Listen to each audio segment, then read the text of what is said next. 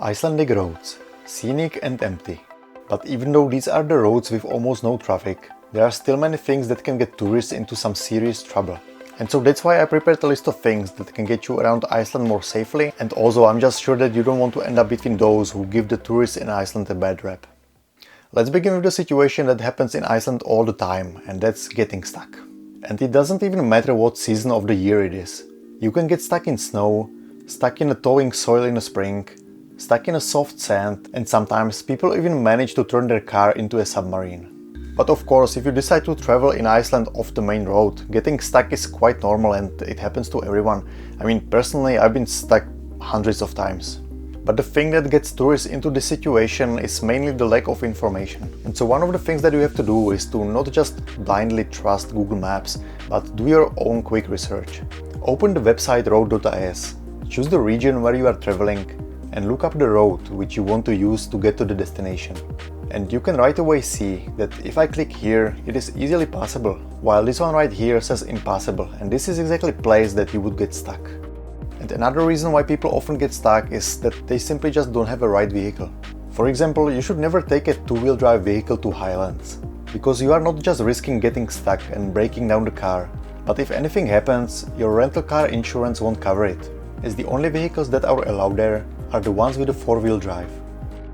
Alright, so now this one will probably come as a no surprise, and you may have probably heard that Iceland has a lot of sheep.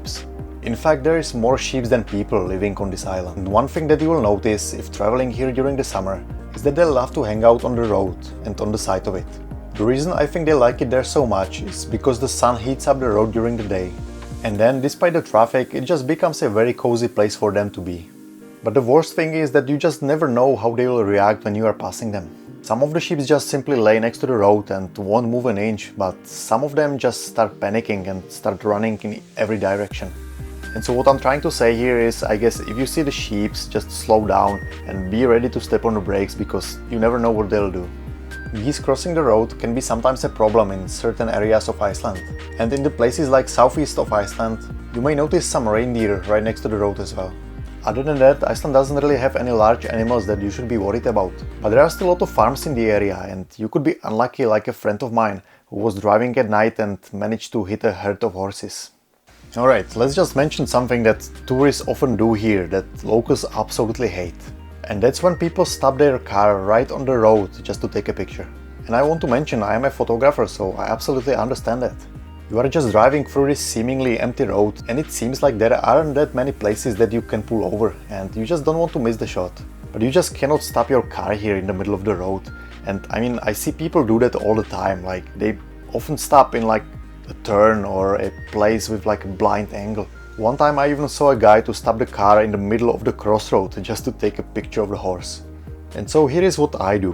When I'm driving and from all of a sudden there is a scene that I want to capture, I don't just slam the brakes and stop the car, but instead I just slow down, continue driving for a bit, and look for a place where I can park next to the road, and then simply hike back to take the shot. There are often these little side roads that farmers use to get to the fields, and I think that nobody will mind if you leave your car there for 5 minutes.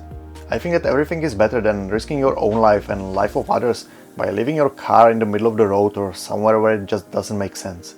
That being said, I do break this rule and other locals do too, but trust me, there is a time and place for that.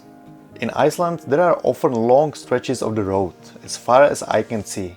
And so if you can clearly see that there are almost no cars and you are not in the blind spot or in the turn, it is still okay to pull over basically anywhere.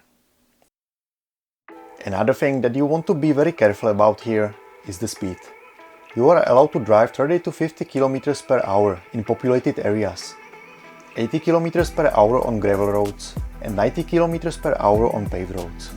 But the main point I really want to get across here is that even if the sign says 90 km per hour, it doesn't necessarily mean that you have to drive 90.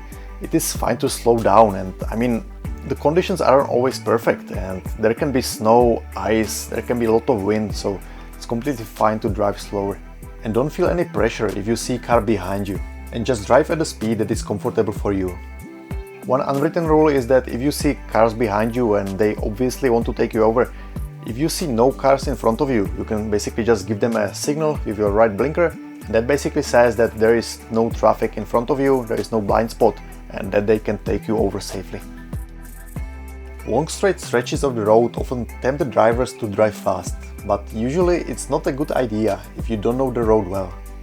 And there are many reasons why you shouldn't speed here. Number one is the animals that I mentioned. Second reason is often unexpected bumps, turns, one-lane bridges and so on. And the third reason are the fines, which can be pretty hefty here in Iceland, and I believe they start at 40,000 Icelandic krona. Plus there are also speeding cameras in towns and some parts of the main road, so that's a good thing to be aware of too.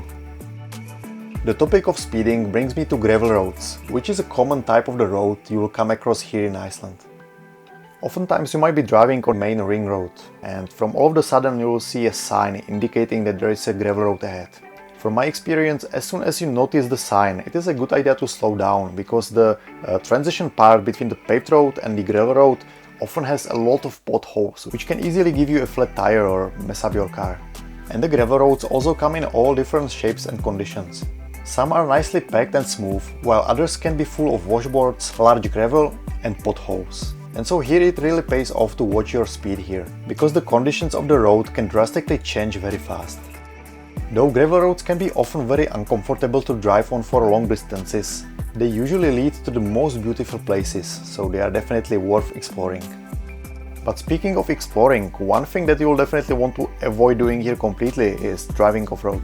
That is strictly prohibited, and I feel like that at least once every year we see an article about tourists who got caught doing that.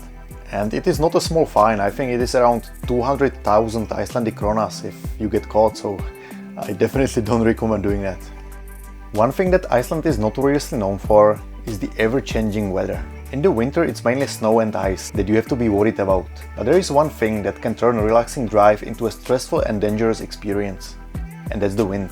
We often get very strong winds here, with wind gusts easily reaching over 100 km per hour, and if you are not careful you can easily end up being pushed off the road. And that's one thing that we see here very often, especially in the south coast of Iceland. But that doesn't need to be you, and all you have to do is to just do your homework before you head out. Always be one step ahead and check the weather forecast at least twice a day. The best weather forecast can, in my opinion, be found on weather.is. And all you have to do here is to change it to English, and here you'll find all the information that you need. After you check the weather forecast, double check the road conditions on road.is, and then you'll be all good to go. And so if there is a bad weather where you are driving, at least it won't come as a surprise. Also remember, if you are driving in a bad weather, always keep your both hands on a steering wheel and always keep your eyes on the road. Because one very common reason for accidents here is that people just don't focus and they are looking at all the beautiful landscape around them, and sometimes all it takes is just 1 second. And I just want to say that driving here in the summer and driving here in the winter can be a completely different experience. And so if you are coming here during the winter time, I recommend you go and watch this video right here. And if that's not your case, you can go and watch this video right here and maybe learn something more about Iceland.